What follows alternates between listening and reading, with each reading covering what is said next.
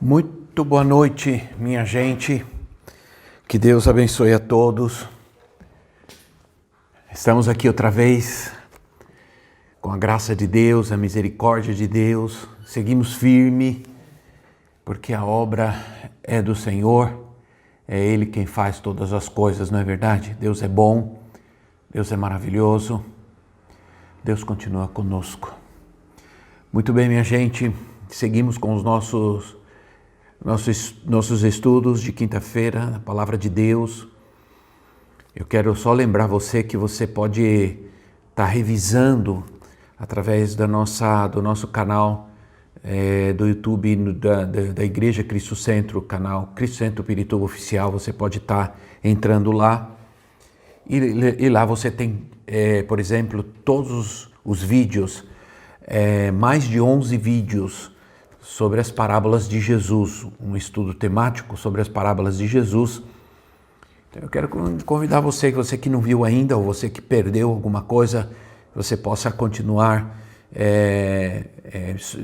estudo da palavra de Deus, importante para a nossa vida. Eu convido você, ok? E aproveitando, estando lá, que você dá aquele like, você se inscreva, você compartilha. Fazendo isso, você está ajudando a gente a divulgar a palavra de Deus. Não divulgar qualquer organização, entidade ou pessoa, não. Divulgar a palavra de Deus. E você nos ajuda nisso.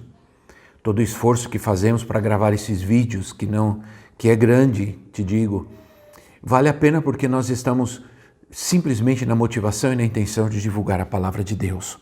E você nos ajuda nisso, tá bom, minha gente? Continua fazendo isso, continua nos acompanhando. Estamos falando agora sobre a ética do comportamento cristão, a ética dos 10 mandamentos, ok? A ética dos 10 mandamentos.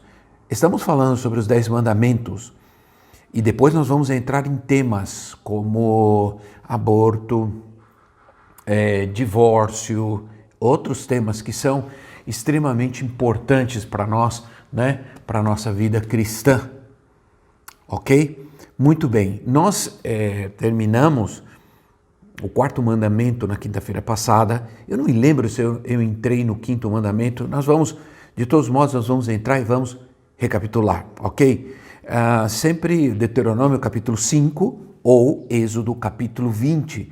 Esses dois textos nós encontramos o decálogo, os 10 mandamentos. E nós vamos acompanhar nesses dois textos, vamos estudar nesses dois textos cada um dos mandamentos. O que eles têm a ver com a gente? Por que são importantes para nós? Porque, na verdade, a ética de Deus nós encontramos no Antigo Testamento, nós encontramos no Decálogo, nos 10 mandamentos, e a ética de Jesus Cristo, no Sermão do Monte, nós vamos encontrar a ética do reino, que, na verdade, Jesus faz aí uma interpretação dos 10 mandamentos, estudando no Sermão do Monte. Já falamos sobre isso. Então, vamos seguir adiante. Vamos falar agora sobre o 5º mandamento. Vocês se lembram que eu estava dando um nome, um título a cada mandamento. No 5º mandamento eu chamo um mandamento com promessa.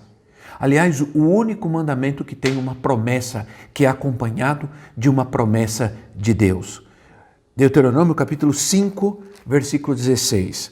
Deuteronômio 5, 16, que diz assim: Ora, honra teu pai e tua mãe, como te ordenou o Senhor, o teu Deus, para que tenhas longa vida e tudo te vá bem na terra que o Senhor Deus, o Senhor teu Deus, te dá. Muito bem. Não pode existir algo mais ético do que isso, porque fala sobre o relacionamento entre homens e como esse relacionamento pode afetar as suas vidas, as nossas vidas. É impressionante como nos dias de hoje esse mandamento pode ser muito importante. Numa época em que não se respeita tanto os pais como antigamente, de forma nenhuma, e como consequência disso nós vemos uma geração rebelde, uma geração amargurada, uma geração violenta e suicida. Essa que é a verdade. Honrar vem do vocábulo kabod, que significa dar valor, dar importância, valorizar, venerar, ter amor ou prestigiar. Esse é o primeiro mandamento, como já disse, que contém uma promessa poderosa, o prolongamento da vida, né? O prolongamento da vida, que também significa o prolongamento das obras, né? Das obras. Você não acredita que se alguém segue os conselhos dos pais, e é essa a pergunta que eu faço para você, se alguém segue o conselho dos pais, por exemplo, sobre drogas e bebidas, como já disse isso, né? Como já foi dito, recapitulando, amizades ou descontrole social não prolonga a vida? Claro que sim. Eu diria que honrar os pais pode prolongar o seu casamento, porque, na verdade, se nós observarmos se os nossos pais estão ou não de acordo com o namoro, com a relação que você está tendo de namoro, isso é determinante para que isso dure ou não dure, sabia disso? Estou dizendo que vai acontecer ou não vai acontecer. O que eu estou dizendo é que é determinante. Muitas vezes os pais alertam um jovem, uma jovem sobre a sua relação, seu namoro, seu noivado, alerta sobre a possibilidade de um casamento e ainda assim se casam e depois esse casamento frustra, não dá certo. Geralmente os pais, eles sabem, eles têm razão, né? A família, nós estamos vivendo tempos em que, no momento da história em que a família está sendo ameaçada. Há um sistema elaborado para tratar de desconfigurar a família. Ora, nós podemos honrar, ou nós devemos honrar pai e mãe para viver, para termos uma vida livre de ressentimento e de amargura. Os filhos devem obedecer aos pais, honrá-los e, depois de tudo, ainda cuidar deles na velhice. Isso é uma responsabilidade de nós, de todos nós, filhos. Ora, nesse momento da história, em que a família está sendo terrivelmente atacada e ameaçada, há um sistema elaborado para desconfigurar a família. Nós sabemos disso. Ora, a família só será totalmente protegida se ela encontrar o equilíbrio entre os pais e os filhos. Cada um vivendo a sua função, o seu lugar dado por Deus. Honrar aos nossos pais é um mandamento para todos nós. Não podemos usar o nosso passado. Não importa o que tenha acontecido para justificar uma atitude desonrosa para com os pais. Por piores que eles tenham sido, por mais negligentes que eles tenham sido, Deus está interessado na condição do nosso coração. Deus está interessado na condição do teu coração, e honrar aos nossos pais, independente deles, vai trazer vida para nós, vai prolongar nossa vida, vai trazer saúde. Ora, se há mágoa ou ressentimento, o Senhor já providenciou o perdão. Aqui e agora, o Senhor já providenciou o perdão. O Senhor nos capacita a perdoar. O Senhor nos dá graça para perdoar, para que possamos ser pais melhores que os nossos, com mais sabedoria e discernimento na educação dos nossos filhos. No Novo Testamento, nós vamos ver uma preocupação, não apenas emocional, mas também social de Jesus Cristo. Uma preocupação de Jesus não apenas emocional, mas também social. Em Lucas capítulo 7, do versículo 11 ao versículo 17, Lucas 7, do versículo 11 ao 17, Lucas 7, diz assim: logo depois, Jesus foi a uma cidade chamada Naim, e com ele iam seus discípulos e uma grande multidão. Ao se aproximar da porta da cidade, estava saindo o enterro do filho único de uma viúva. E uma grande multidão da cidade estava com ela. Ao vê-la, o Senhor se compadeceu dela e disse: não chore. Depois aproximou-se e tocou no caixão, e os que o carregavam pararam, e Jesus disse: jovem, eu lhe digo, levante-se. E ele se levantou, sentou-se e começou a conversar. E Jesus o entregou à sua mãe. Todos ficaram cheios de temor e louvavam a Deus. Um grande profeta se levantou entre nós, diziam eles. Deus interveio em favor do seu povo. Essas notícias sobre Jesus espalharam-se por toda a Judéia e regiões circunvizinhas. A mulher era viúva. E já era uma condição bastante difícil naquela época ser viúva, porque a mulher já não tinha mais quem a sustentasse. E com a morte do seu único filho, ora, ela perde totalmente a esperança de uma vida melhor. Por isso estava toda a cidade praticamente ali naquele lugar com ela, porque todos estavam se compadecendo com a sua desgraça, na verdade.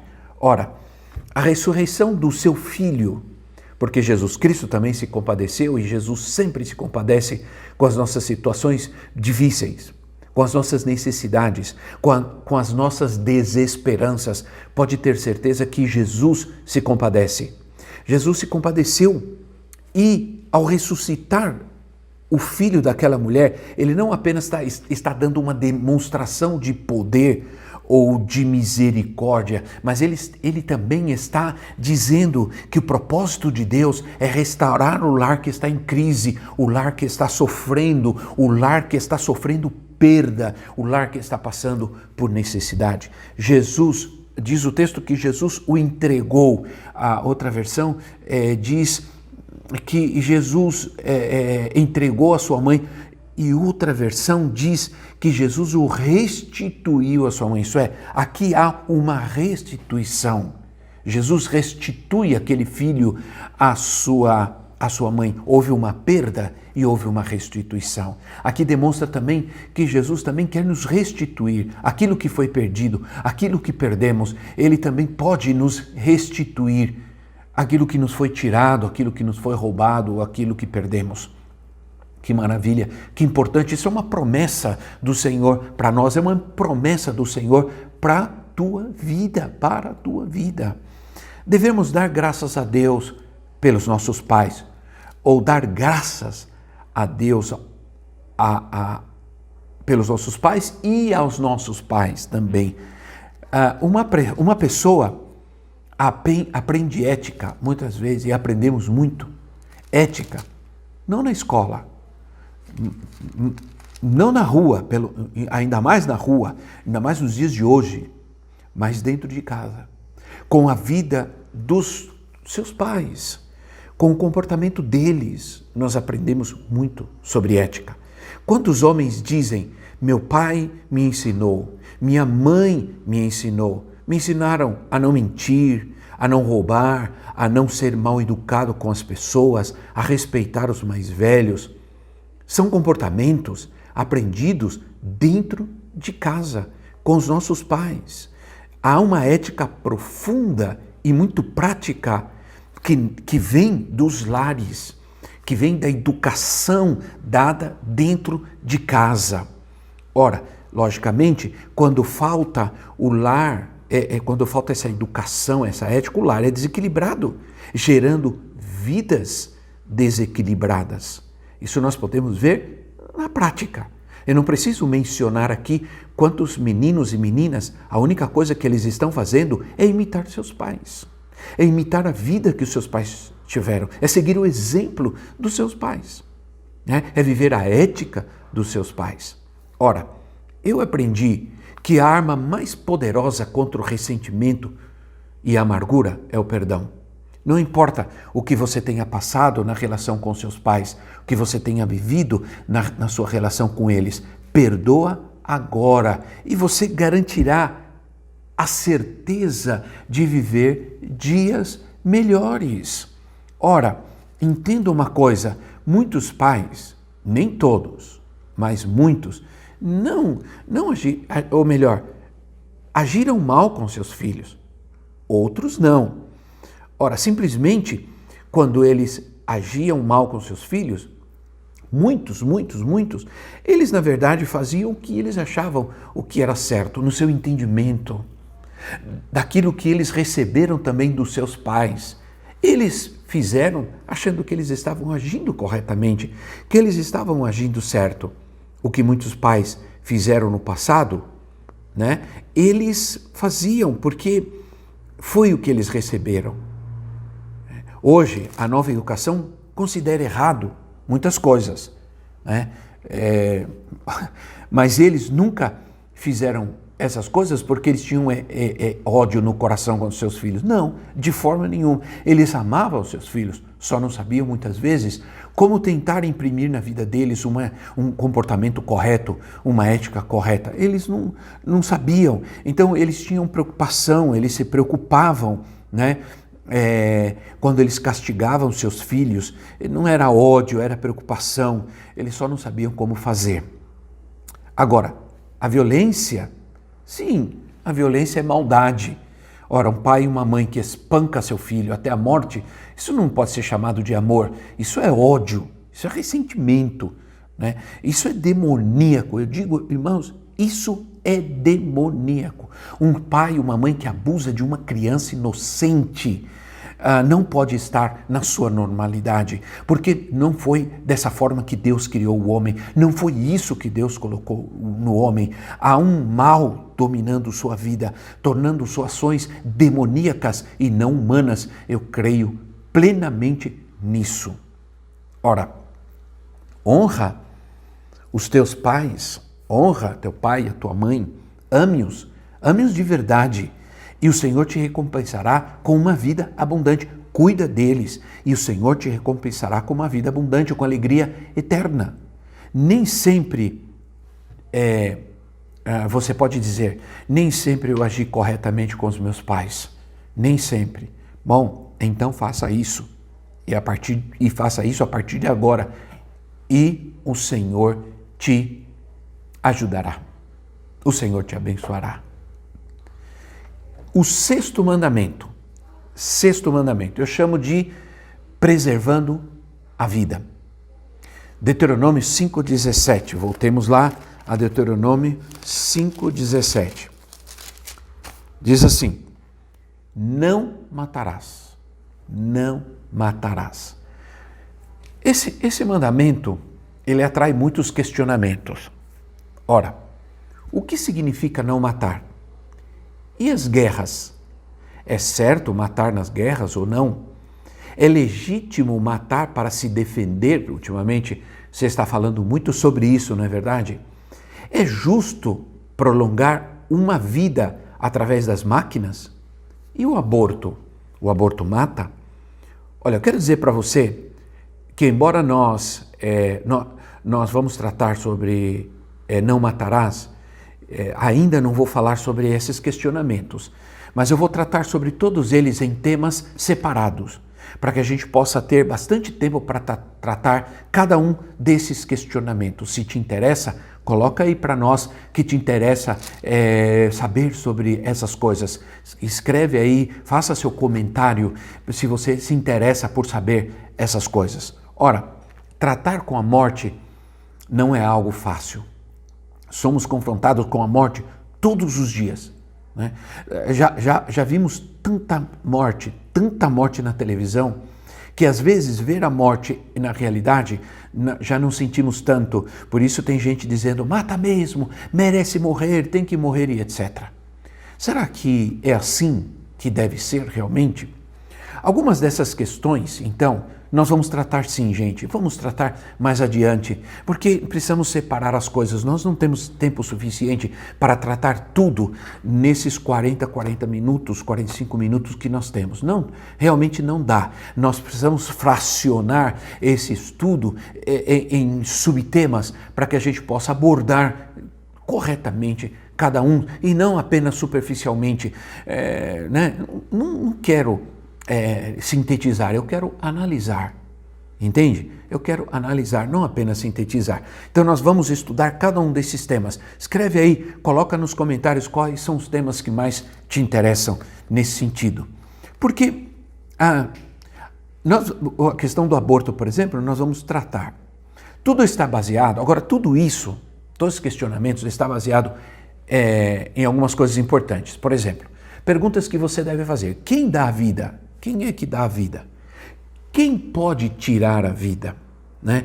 Onde começa a vida e onde termina a vida? As respostas a essas perguntas podem ajudar muito, pode trazer muito entendimento para nós em muitas questões sobre essas. Ora, eu quero que a gente veja alguma coisa mais prática, né? Porque você diz, eu não matei, olha só, você diz assim, eu nunca matei ninguém e nunca vou matar ninguém, eu não tenho coragem nem de matar uma mosca, né? Eu não roubo ninguém, eu não adultero, então eu não tenho nada com não matarás, eu não tenho nada a ver com isso.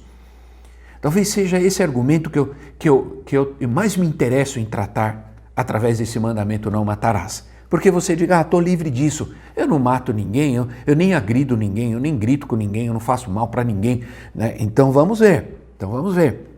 Talvez, vamos em Jesus, né? Vamos ver o que disse Jesus. Mateus capítulo 5, versículo 21. Mateus 5, 21. Justamente o Sermão da Montanha. Você lembra quando eu disse que o Sermão da Montanha é uma interpretação dos 10 mandamentos? Olha só, está aqui. Mateus capítulo 5, versículo 21 e 22. Diz assim, vocês ouviram o que foi dito aos seus antepassados?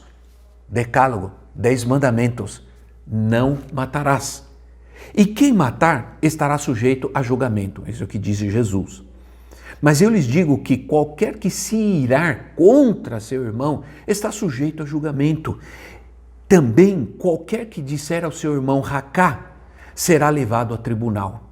E qualquer que disser louco corre o risco de ir para o fogo do inferno. Ai. É uma interpretação que Jesus está fazendo do mandamento. Não matarás. Vocês ouviram. A lei antes de ser escrita era falada.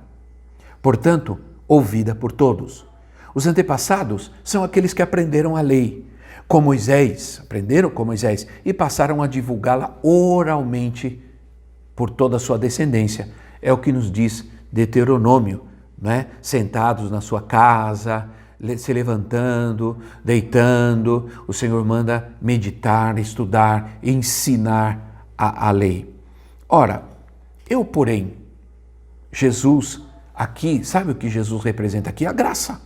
Representa a mensagem do reino, a ética do reino. Ora, Jesus aqui representa isso, enquanto Moisés representa a lei. Jesus disse, eu lhes digo, a graça aparentemente, para alguns parece ser mais suave, né? Não matarás. Se aplica à ação, mas vem Jesus e diz, qualquer que se irar contra seu irmão, aqui é onde a graça se mostra ainda mais radical. Ora, para Jesus, não matarás. Parte de uma atitude do coração. Né? Parte de uma atitude. A graça, eu chamo a graça de radical. Tem gente que não gosta dessa palavra, mas é radical, minha gente, muito radical. Né? Qualquer que disser ao seu irmão, racá, que significa, segundo o termo hebraico, regá ou rega, que significa imprestável, miserável ou louco. Ora, será levado ao tribunal. Já é considerado um réu. Ora, já cometeu pecado. Porque para a lei, essa palavra poderia significar, olha só, para a lei essa palavra poderia significar, essa pessoa não merece estar viva, essa pessoa não merece viver, né? Não quero ter nada com essa pessoa, para mim, ele ou ela morreu. Que cuidado precisamos ter com essas palavras, né, gente? Alguém diria, que exagero. Cuidado, irmãos, para Jesus não é nenhum exagero. Entende? Ora, palavras matam?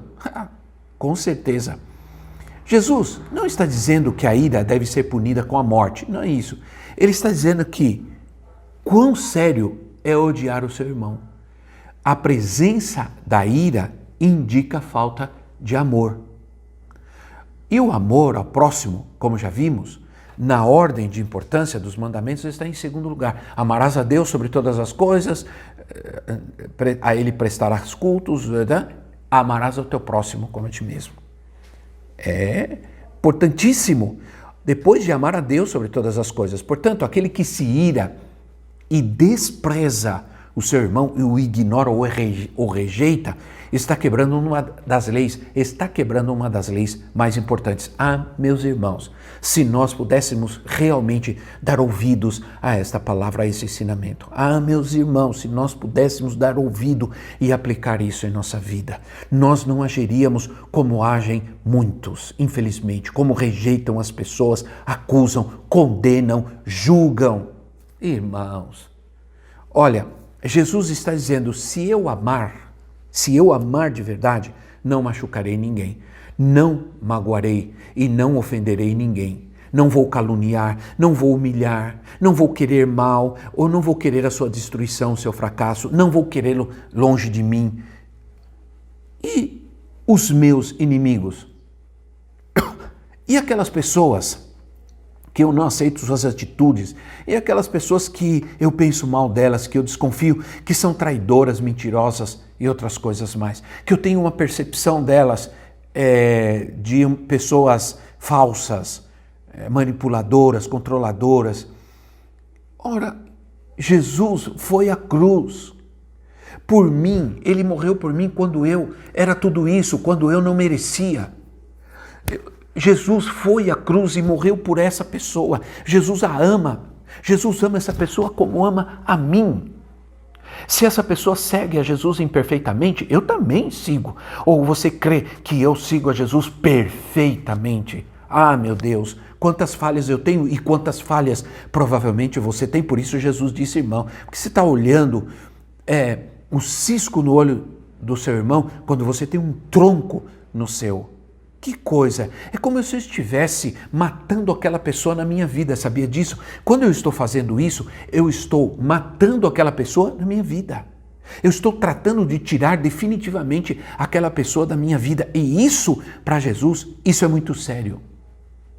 Champlin diz o seguinte, há 3 classificações de pecados, logicamente na palavra de Deus, cada qual com sua própria pena, principalmente no Antigo Testamento. Todos os 3 envolviam assassinato. Ora, primeira, estamos falando de classificações. Primeira, ira contra o ser humano. Qual é a pena? Condenação, morte infligida por um tribunal inferior. Morte infligida por um tribunal inferior. Segundo, ódio contra o outro. Condenação, morte infligida por um tribunal superior. Morte por apedrejamento. A ira ainda, por isso Paulo diz assim, irai-vos, mas não pequeis. Não se põe o sol sobre a sua ira, antes que ela se transforme em ódio profundo, porque aí a pena é a morte, apedrejamento. Então diz assim, condenação, ira, condenação, morte infligida por um tribunal inferior. Condenação, ódio contra o outro. Condenação, morte infligida por um tribunal superior. Morte por apedrejamento. Terceira, ódio intenso contra alguém.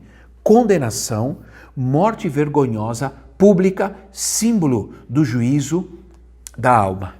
Assim, Jesus ilustrou o sexto mandamento. Eu estou descrevendo, provoca o ato físico, presta atenção. A intenção que provoca o ato físico é passível da mesma condenação que o próprio ato.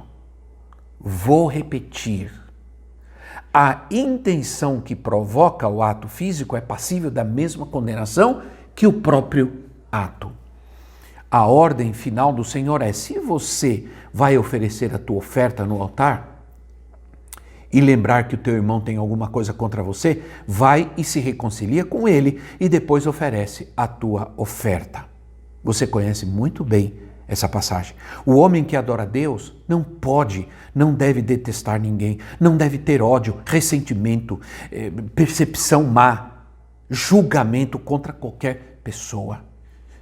Ora, não pode detestar alguém que Deus criou e ama.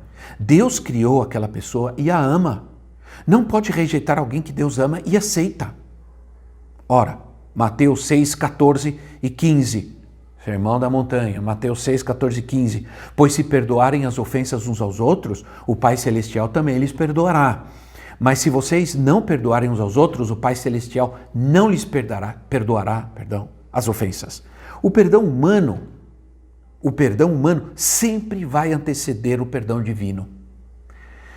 Se não há reconciliação real com o irmão, também não haverá com Deus. Simples assim, minha gente. É o que diz a palavra de Deus. Reconcilia-te com o teu irmão, para que Deus se reconcilie contigo também. Ora, então para Jesus, tudo começa com a ira guardada por outros no coração? Sim. Porque uma pessoa mata porque ela está irada.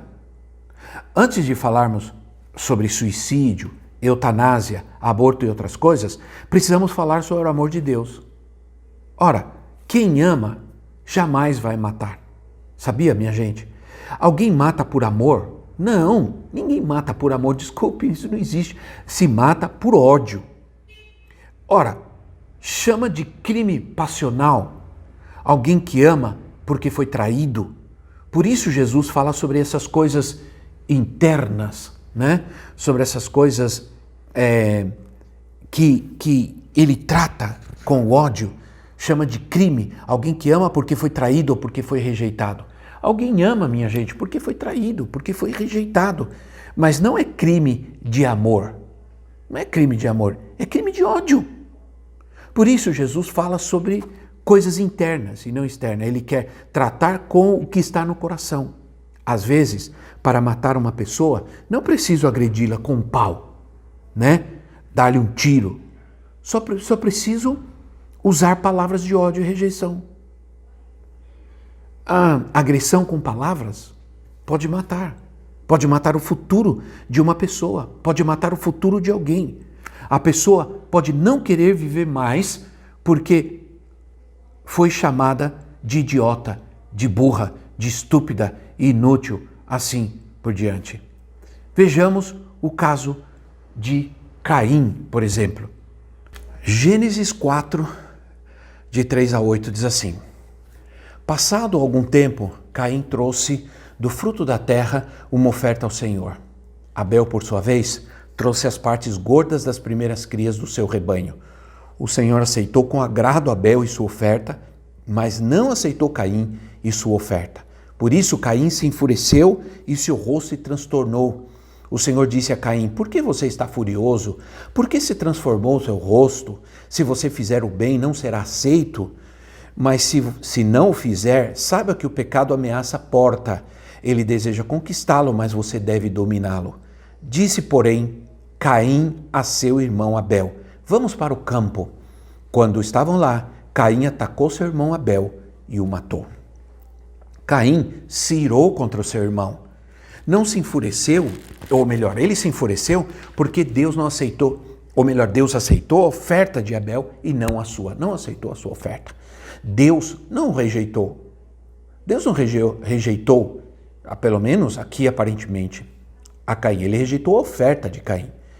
Na sua infinita graça e bondade, Deus vem, e por isso que eu sei que Deus não rejeitou, porque Deus vem e fala com bondade, com amor.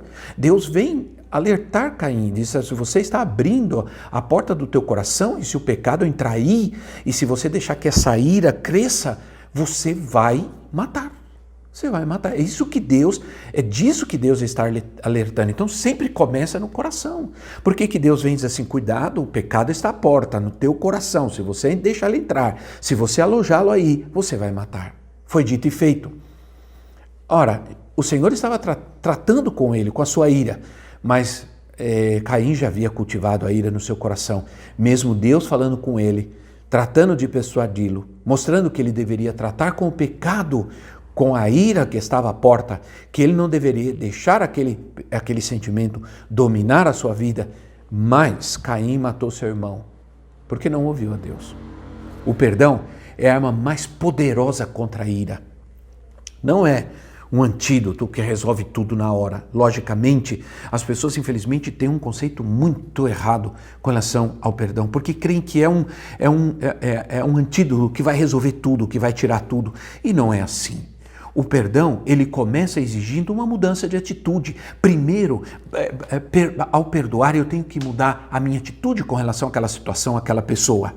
Mas pode ser que aquela dor, resultado da ofensa, do mal sofrido, ainda continue, ainda dure um tempo, mas a decisão vai mudando pouco a pouco o sentimento, vai tirando pouco a pouco a dor. É assim que funciona. Não trate de esquecer tudo imediatamente, não trate de se livrar daquela dor, não, mas mude sua atitude, mude seu comportamento, e isso vai fazer com que aquela dor, aquele mal, aquela tristeza, aquela ira vá se diluindo, vá se perdendo na sua vida. Ora, devemos aceitar o amor de Deus e o seu perdão. Ele nos perdoou mesmo sendo como éramos e não exigiu nada de nós, apenas nos amou e nos libertou. Aleluia por isso. O sétimo mandamento eu chamei de cuidando do matrimônio, cuidando do casamento. Diz assim, não adulterarás, não adulterarás. Êxodo 20, 14. Êxodo 20, 14. Diz assim, não adulterarás. Ora, a família é uma instituição divina, não é uma invenção do homem. Ela existe, a família existe desde a queda do homem, ou melhor, desde antes da queda do homem, desde antes do pecado. Ora, desde o momento da sua criação, Deus instituiu a família. Não é uma invenção humana, é divina. Então, atentar contra a família é atentar contra Deus, minha gente. Ora, não há dúvidas que o propósito desse mandamento é proteger a santidade da família, a integridade da família, do matrimônio instituído por Deus. Vamos seguir a mesma linha do não matarás. Vamos seguir a mesma linha. Talvez você diga, eu nunca adulterei, eu nunca vou adulterar, eu amo a minha esposa, provavelmente nunca vou adulterar. Então, vamos ver o que disse Jesus. Vamos ver o que disse Jesus. Mateus capítulo 5, versículo 27 e 28. Mateus 5, 27 e 28. Diz assim, vocês ouviram o que foi dito, não adulterarás. Mas eu lhes digo, qualquer que olhar para uma mulher para desejá-la, já cometeu adultério com ela no seu coração. Na ética do comportamento cristão, eu aprendo a cuidar das coisas que nascem do coração, que partem do coração. A pornografia, por exemplo, ela vai começar antes do que a prática do adultério, sabia? Ela vai começar antes do que a prática da prostituição. A batalha começa na mente. Hoje, qualquer tempo, preste atenção no que eu vou te dizer, qualquer tempo de distração na internet é um perigo para a mente humana. A facilidade com que se consegue ter contato com a pornografia hoje é muito grande. Antigamente você precisava ir num cinema, você precisava ir a uma banca de jornal comprar uma revista. Hoje você tem no tablet, você tem no seu celular, a qualquer hora, a qualquer momento, fácil. Ora, tem gente que diz assim, eu não tenho rede social porque eu não quero me corromper. Eu não tenho isso e aquilo. Minha gente, olha, não é esse o caminho. Entende? Não é esse o caminho. Nós temos que chegar ao ponto de ter a facilidade de poder chegar às coisas terríveis, malignas, chegar a alcançar essas coisas pervertidas e não querer, e não precisar, e não ver. Esse é o que Deus quer que a gente viva. Deus não quer que a gente viva fugindo de tudo e de todos, não. Deus quer que no meio de tudo isso a gente tenha a capacidade de sempre escolher o que é melhor para nós. De decidir que essas coisas não prestam para nós e que nós não precisamos delas. Eu nunca ensinei irmãos, uma vez eu fui visitar um pastor e ele disse que não tinha internet em casa por causa dos filhos. Ele tinha filhos já adolescentes. Eu não tenho porque eu não quero que meus filhos fiquem na internet. Eu disse, pastor, me perdoa, mas não é assim. Não é assim. Você deve ensinar os seus filhos. Se você não der internet para os seus filhos, eles vão encontrar a internet em outro lugar. E vão usar a internet de maneira errada e equivocada, porque apenas foram privados, não foram ensinados. Né? Então, põe a internet, ensina os seus filhos, ensina o que eles devem ver e o que não devem ver. Limita o tempo deles na internet. Cria maneiras de que eles entendam que certas coisas eles não podem, não devem ver. Eu fiz isso com meus filhos. Na época famosa, começaram os videogames, né? Então eu ensinei os meus filhos, os PlayStation da vida, eu ensinei meus filhos que havia jogos que não era adequado para eles, que não era bom para eles. Naquela época a gente tinha que ir em um lugar, alugar ou comprar jogos. E eu ensinava a eles, tanto é que quando eles eram pequenos, eles já sabiam quais eram os jogos que eram bons para eles e quais não eram.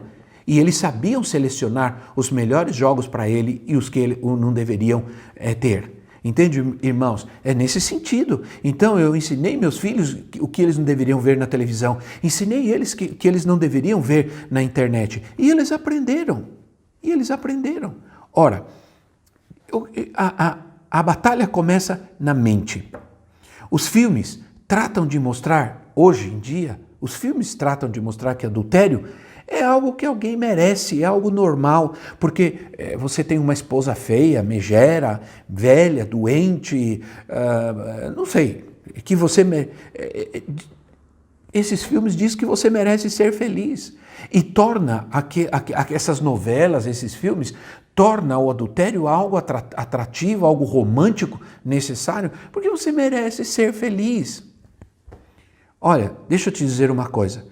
O maior problema do adultério não é a incompatibilidade, mas é a irresponsabilidade pessoal, a falta de disciplina, a imprudência, falta de disciplina com Deus, com a palavra, com a oração, o egoísmo, o orgulho, tudo isso é o que leva ao adultério.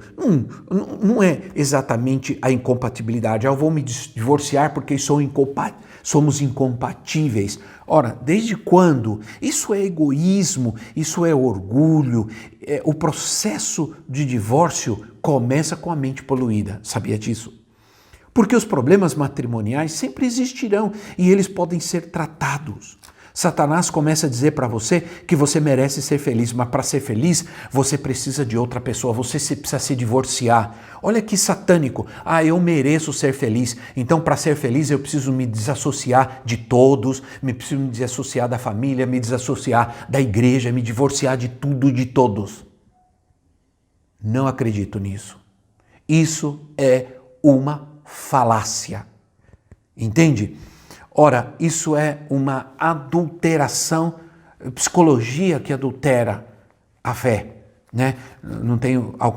Preciso dizer para vocês que não tenho nada contra a psicologia. Aliás, eu acho a psicologia importante e ela pode ser usada e eu acho que a psicologia, quando ela é associada à libertação, à cura, à ação do Espírito Santo, à palavra de Deus, ela é poderosa nesse sentido. Ora, o adultério não afeta apenas o lar, mas toda a vida de uma pessoa. Ele afeta até mesmo os valores éticos, emocionais que sustentam uma pessoa dentro de uma sociedade. Ora, hoje, antigamente era humilhante, vergonhoso, triste você escrever em algum lugar ou afirmar que você era separado, divorciado, né? Houve um tempo que chocava. Hoje, não choca mais. A sociedade levava tão a sério o casamento que os que cometiam adultério estavam cometendo um crime, sabia? Era um ato criminoso. Perdia seus direitos legais. Hoje se banalizou tudo, já não é mais assim, pelo menos na prática. O que eu quero dizer é que as escolhas do meu comportamento podem determinar a durabilidade do meu casamento. Vou repetir. As escolhas no meu comportamento determinam a durabilidade do meu casamento. A Bíblia não sustenta de maneira nenhuma o divórcio. Você sabia disso? Há muitos casos de casais, e eu sei disso, são 33 anos vivendo, trabalhando, aconselhando pessoas. Há muitos casos de casais que, apesar de um deles adulterar, conseguiram vencer e superar essa tragédia através do perdão, da libertação, da cura que o Senhor pode trazer, da restauração. Lembra que eu disse que o Senhor restaura o lar, Ele quer restaurar o lar. Né? Ele pode trazer, logicamente vai exigir sacrifício, perdão de ambas as partes, compreensão, paciência, maturidade e fé. Tem que ser um ato agregado de fé, muita fé. Mas quando o mandamento diz não adulterarás, é Deus querendo evitar toda a dor, todo o sofrimento, escândalo e prejuízos produzidos por esse mal, que muitas vezes leva anos, escute bem, leva anos para ser superado e sempre deixa marcas e algumas delas permanentes. Por isso, livre-se disso, saia disso, não permita isso na sua vida nem em pensamento, em nome do Senhor Jesus. Com isso eu termino e quero orar. Às vezes eu oro no começo, às vezes eu oro no fim. Quero orar por você, para que o Senhor te ajude, porque de repente você está sofrendo algumas situações dessas que nós falamos agora há pouco, e o Senhor pode te ajudar a vencer, a ter forças e a sair disso. Entenda uma coisa, que o mal que traz o pecado, o adultério, a prostituição, traz os resultados, eles acabam não valendo a pena a satisfação que você teve, ou o prazer que você teve. Não vale a pena, não vale. Você pode perguntar para pessoas que aconteceu isso na vida delas e hoje elas podem te dizer, e elas se restauraram, elas podem dizer exatamente o que eu estou te dizendo. Vamos orar, vamos orar. Querido Pai Celestial, muito obrigado mais uma vez. Eu te dou pela Tua palavra, pela Tua presença. Mais uma vez eu te dou pela Tua graça, porque o Senhor é quem nos ensina, o Senhor é quem nos capacita, o Senhor é quem nos instrui. Senhor, abençoa meu irmão, abençoa aqueles que estão ouvindo neste momento essa mensagem, abençoa suas vidas, abençoa suas casas, suas famílias, Pai, em nome de Jesus. Senhor, se o meu irmão, minha irmã, se aqueles que estão ouvindo, Senhor, estão passando por alguma situação como essas descritas aqui, neste momento eu peço que o Senhor os visite, em primeiro lugar, com a Tua paz.